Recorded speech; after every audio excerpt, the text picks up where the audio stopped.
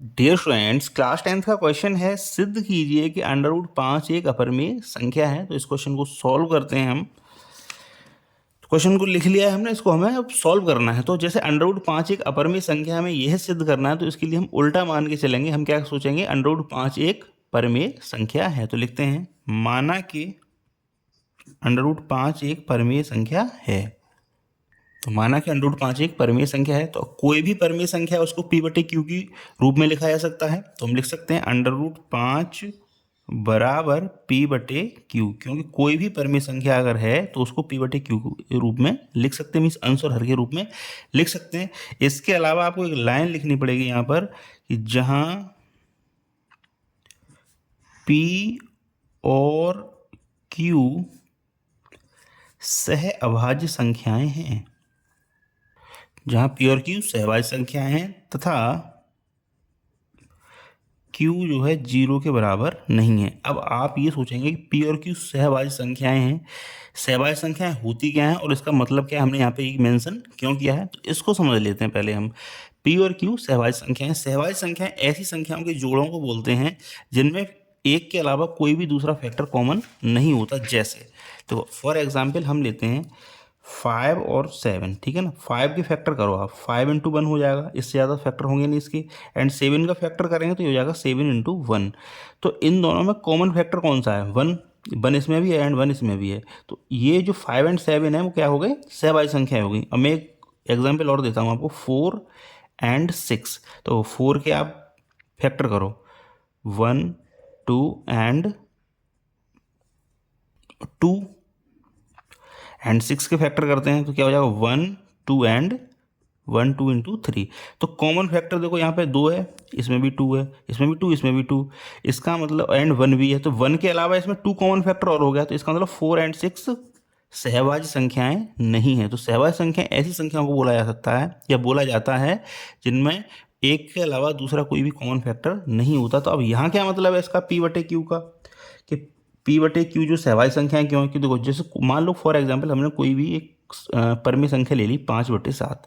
अब 5 और 7 का सहभाज्य संख्या होना जरूरी है क्या, तो वो समझ लेते हैं। तो 5 के फैक्टर करो आप, 5 गुणा 1 और 7 गुणा 1, तो इनका कॉमन फैक्टर कितना है, 1। तो आपको ये कौन सी बात हुई, तो 10/14 है। तो 10/14 को भी, ये भी तो परिमेय संख्या है, बिल्कुल हमने कहा बिल्कुल परिमेय संख्या है। लेकिन इसके फैक्टर देखो आप, 1 2 एंड 5 एंड 1 2 एंड 7। तो लो, इसमें तो 2 भी कॉमन फैक्टर हो गया, जबकि ये भी परिमेय संख्या है नहीं। 10/14 होती क्या है, 10/14 एक्चुअल में 2 5 जा 10 एंड 2 7 जा 14। 10/10/14 को हम आखिरकार लिखेंगे क्या, इसके सरलतम रूप में लिखेंगे। तो सरलतम रूप इसका कितना है, 5/7। इसका मतलब ये है, अगर कोई भी परिमेय संख्या है तो हम उसको उसके सरलतम रूप में लिखते हैं। जैसे 8/12, तो ये भी परिमेय संख्या है और इसके फैक्टर क्या होंगे, 1 multiply by 2 multiply by 2 multiply by 2, and इसके क्या हो जाएंगे, 1 multiply by 2 multiply by 2 multiply by 3। तो इसमें आप कहोगे देखो यहाँ 2, यहाँ भी 2, यहाँ भी 2, यहाँ भी, तो ये भी तो परिमेय संख्या है, लेकिन इसके तो कॉमन फैक्टर 1 के अलावा 2 एंड ये 2 एंड ये वाला भी 2 है। तो लेकिन 8/12 है क्या, 4 दूनी 8 और 4 तिया 12 है, तो ये 2/3 ही है, तो 2/3। इसलिए जब भी कोई परिमेय संख्या होगी तो हमेशा उसके सरलतम रूप में ही लिखा जा सकता है। 7/9 लिखा जाएगा, ना कि 14/18, क्योंकि 2 सत्ते 14, 2 नेम 18। 7/9 को 14/18 लिख तो सकते हैं, लेकिन इसका सरलतम रूप क्या होगा, 7/9। तो हम इसको ही मानेंगे ना।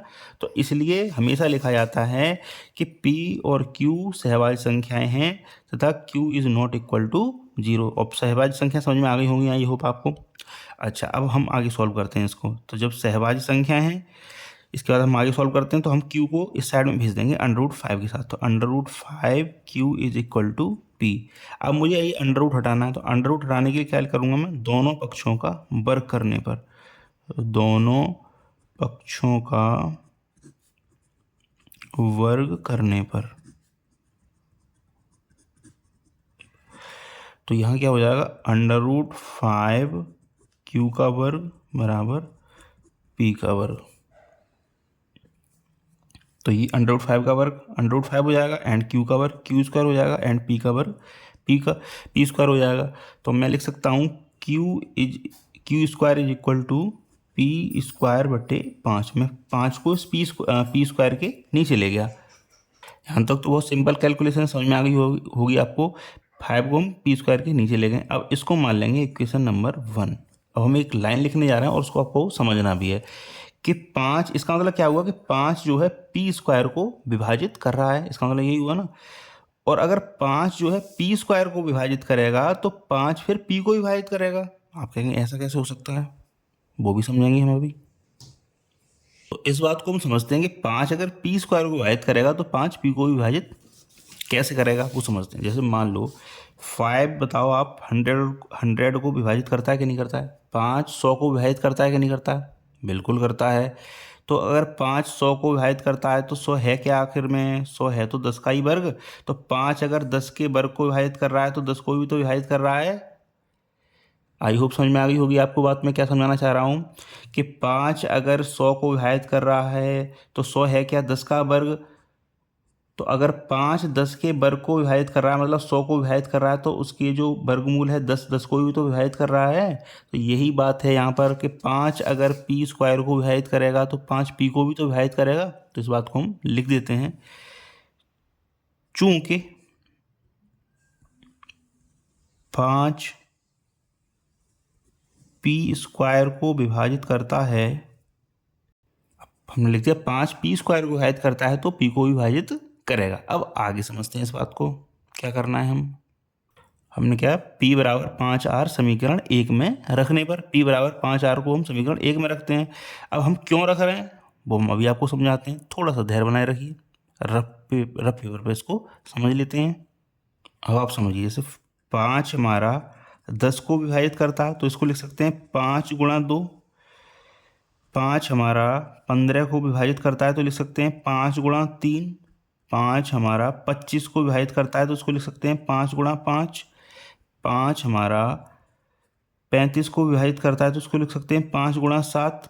तो कहने का मतलब है कि अगर 5 किसी संख्या को विभाजित कर रहा है तो इसको 5 गुणा समथिंग की फॉर्म में लिख सकते हैं। तो वही हम यहाँ पर लिख रहे हैं कि 5 हमारा p को विभाजित कर रहा है तो हम इसको ऐसे लिख सकते हैं 5 गुणा r। मान लिया वो समथिंग हमारा कुछ देर के लिए r है तो हमने क्या लिख दिया p बराबर 5 इंटू r। तो इसलिए हम लिखते हैं कि p बराबर 5r या p बराबर 5m, जो भी आपको लिखना हो वो रखने पर, समीकरण 1 में रखने पर हम क्यों लिखते हैं, इसीलिए लिखते हैं कि अगर 5 किसी संख्या को विभाजित करता है तो 5 गुणा समथिंग की फॉर्म में उसको लिखा जा सकता है। तो वही हम लिखते चल रहे हैं कि 5 10 को विभाजित कर रहा है तो 5 गुणा 2, 15 को विभाजित कर रहा है तो 5 गुणा 3, 35 को विभाजित कर रहा है तो 5 गुणा 7, तो p को विभाजित कर रहा है तो 5 गुणा r भी तो लिख सकते हैं इसको। तो इसीलिए हमने लिखा है p बराबर 5r समीकरण 1 में रखने पर। तो समीकरण 1 हमारा ये है, p इक्वल टू 5r रखते हैं तो q स्क्वायर बराबर हो जाएगा, p की जगह 5r रखना है हमें तो 5r का वर्ग बटे 5। तो ये हो जाएगा q स्क्वायर बराबर 25r का वर्ग बटे 5। तो 5 से काट दूंगा मैं इसको 5 बार, तो क्या आ जाएगा यहाँ पे q स्क्वायर बराबर हो जाएगा ये 5r स्क्वायर। अब हम इस 5 को भेज देंगे q स्क्वायर के नीचे, तो q स्क्वायर बटे 5 बराबर r स्क्वायर।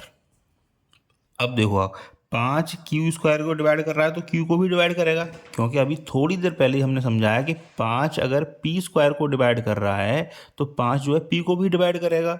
तो सेम कंडीशन यहाँ भी बन गई। तो 5 अगर क्यू स्क्वायर को डिवाइड कर रहा है तो 5 क्यू को भी डिवाइड करेगा। तो लिख देते हैं चूंकि, तो हमने यहाँ लिख दिया कि 5 अगर क्यू स्क्वायर को विभाजित कर रहा है तो क्यू को भी विभाजित करेगा।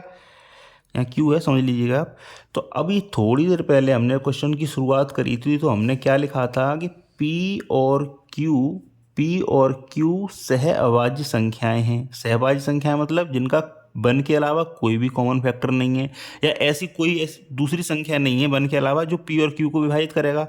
लेकिन हम यहाँ क्या पढ़ रहे हैं अभी कि 5 जो है P स्क्वायर को विभाजित कर रहा है, तो इसका मतलब P को विभाजित कर रहा है, मतलब P जो है 5 से विभाजित हो रही है। और यहाँ क्या है, यहाँ थोड़ी देर अभी हमने क्या देखा जस्ट थोड़ी देर पहले ही कि 5 जो है Q स्क्वायर को विभाजित कर रहा है तो Q को भी विभाजित कर रहा है। तो इसका मतलब ये हुआ कि P और Q का 1 के अलावा 5 एक ऐसा और गुणनखंड है जो कि उसको विभाजित कर रहा है। तो लिखते हैं इस प्रकार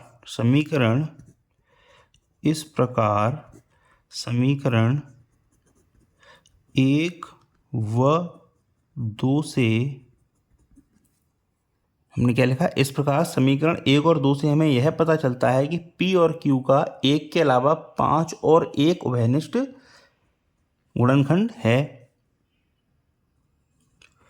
जो कि हमारी कल्पना के अनुरूप नहीं है, जो कि हमारी कल्पना के विपरीत है, यानी अनुरूप नहीं है। अब ऐसा इसलिए हुआ है, अब यह विरोधाभास क्यों हुआ? यह विरोधाभास हमारी त्रुटिपूर्ण कल्पना के कारण हुआ है। अतः √5 एक अपरिमेय संख्या है।